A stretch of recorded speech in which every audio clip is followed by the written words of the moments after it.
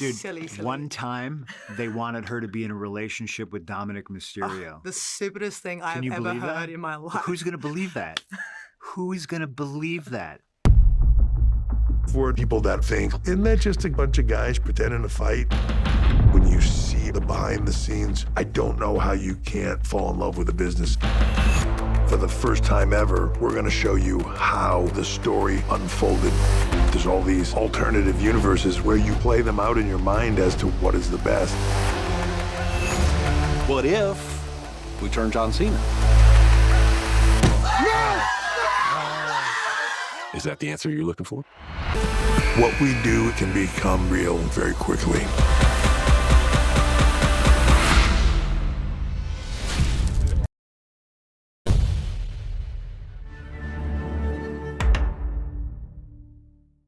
Hey there. Hello, I'm Emmanuel Noisette, or Eman, from the movie blog out here in Chicago. Punk, Rhea, how are you all doing today?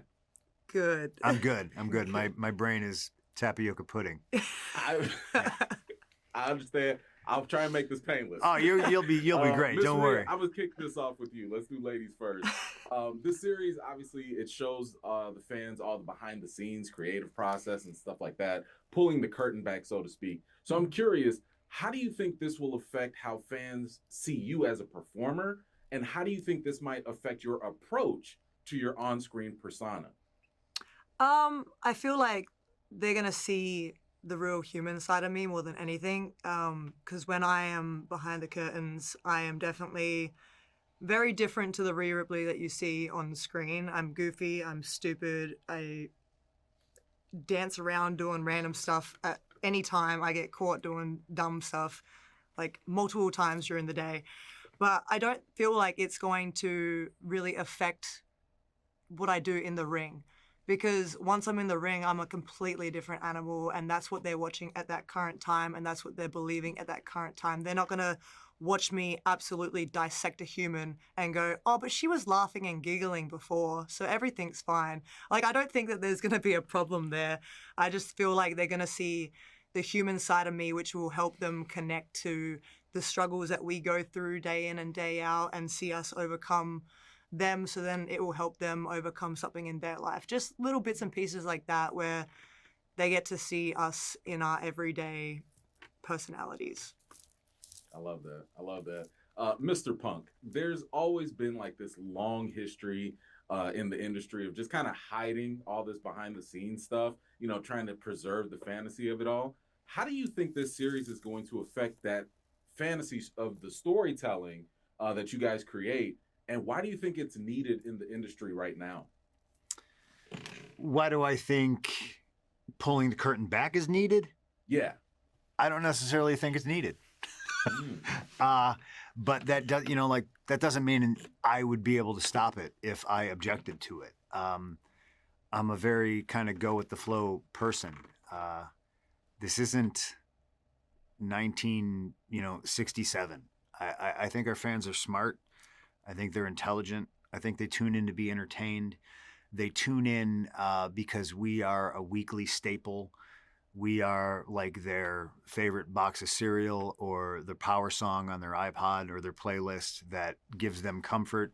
They can tune in, they can watch, and then they can tune out. And then for the 2.5, 3 hours that we entertain them, they can forget about, work, homework, the chores, like whatever's going on in their lives. And I don't think anything's really going to change based on this show. If anything, it's really just going to kind of make either new fans or people who are already into it, I think they're going to have a greater appreciation of, how hard our job really is. Yeah, I can actually speak to that because as a longtime fan, you both put water in my eyes after your injuries, after your accomplishments at WrestleMania. I was just sitting there like, I didn't know it was that deep. And I appreciated all of that. But when it comes to the storytelling, I'm kind of curious, what's like the most ridiculous idea that was pitched to you by the writers? And let's just say, thankfully, it just didn't make it on air. Punk, do you want to start? Oh, God, I will start, but I don't know if I have an answer to that. I think creative is better when it's collaborative. And back in the day, it was more oftentimes that I would get told what I was doing instead of like, hey, here's what we're thinking. And now it's more like, hey, here's what we're thinking. Because I like different voices, because everybody has a different background and a different perspective. And to me, the best idea in the room wins. And some people might not see something the way I do, and vice versa. So I think when you can collaborate, winds up being a little bit better, and you can come up with a better idea. Back in the day when it was, one guy in charge and he would say his way or the highway, it was just like, well, okay. But what that did is gave me skills to be able to make chicken salad out of chicken shit and to really learn how to maximize my minutes on TV. If I was ever disappointed in anything I was doing, there was always that moment where I would be like, okay, well, you know what? I guess suffering is relative. It could always be worse. I need to figure out the best way to make this beneficial, not just for me, but for everybody involved. And I'm really hard pressed right now to think of an idea that was pitched that I was just kind of like, oh boy, that stinks. Because, I can more... Like I can look at a guy like The Undertaker, right? And man, you talk about a guy who maximized his minutes and was given a lot of rotten stuff, like, hey, you're working Giant Gonzalez. Bless his heart. Probably a nice guy. But I'm sure they looked at that like, I don't know if this is going to work. He's got like furry codpiece and this, I don't know. You know what I mean? But he sucked it up and he went out there and he put his best foot forward and gave it his best shot. That, to me, I look at that like that's a guy, legendary career, and it's almost shocking like how much silly stuff he quote unquote had to do. And he'll be the first to tell you, like when he debuted as The Undertaker, like he was worried he was coming out of a giant egg.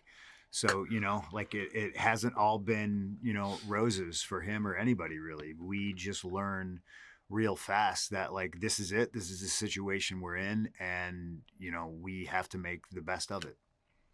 Yeah. Rhea, did you, before we wrap, did you have anything? No, not really, to be honest. Nothing like silly. One time they wanted her to be in a relationship with Dominic Mysterio. The stupidest thing I've ever heard in my life. Who's going to believe that? Who's going to believe that? Hey, everybody, here's a Greek goddess, and she's with this fucking nerd. Like, come on. Come on. Give people That's hope. exposing. That exposes the business more than anything we're going to do on Netflix, because who's going to believe that shit? Dominic Mysterio, little bitch. Thank you so much for your time. I appreciate it. Can't wait for everyone to see this. Thank you so much. Thank you.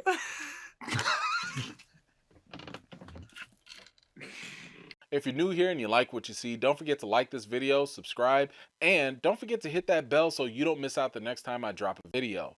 I've got more videos and reviews to do for you all, and until next time, I'll see you all later.